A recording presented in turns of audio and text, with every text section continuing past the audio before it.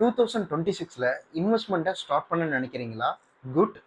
இன்வெஸ்ட்மெண்ட்டை start பண்றதுக்கு முன்னாடி இந்த 3 செக்லிஸ்ட்டை செக் பண்ணிக்கோங்க. ஃபர்ஸ்ட் ஒன்று வந்து உங்க பேர்ல எவ்வளோ கடன் இருக்குங்கிறத தெரிஞ்சுக்கோங்க. கடன் அதிகமா இருந்தா ஓட்ட பக்கெட்ல தண்ணியை எவ்வளவுதான் ஊத்தினாலும் அது நிரம்பாது. செகண்ட், நீங்க தான் உங்க ஃபேமிலியில மணி மேக் பண்ற சோர்ஸா இருந்தீங்கன்னா டேர்ம் இன்சூரன்ஸ் எடுத்துக்கோங்க. உங்களோட ஃபேமிலிக்கு ஒரு நல்ல ஹெல்த் இன்சூரன்ஸ் எடுத்துக்கோங்க. இது உங்களோட ஃபேமிலியும் ப்ரொடெக்ட் பண்ணும்.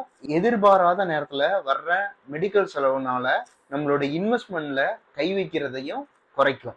Third, emergency fund. Emergency fund ரொம்ப இம்பார்ட்டன்டான ஒன்று. நம்மளோட மந்த்லி இஎம்ஐயையும் நம்மளோட மந்த்லி எக்ஸ்பென்சஸையும் எல்லாத்தையும் 6ஆல மல்டிப்ளை பண்ணி வர்ற அமௌண்ட்டை நம்ம எமர்ஜென்சி ஃபண்டா எஃப்டியில் வச்சிருக்கணும். இது நம்மளுக்கு எதிர்பாராத சூழ்நிலை நம்மளுக்கு கை கொடுக்கும். இந்த 3 செக்லிஸ்டையுமே ஃபில் பண்ணிட்டு நெக்ஸ்ட் இன்வெஸ்ட்மெண்ட்டை ஸ்டார்ட் பண்ணுங்க.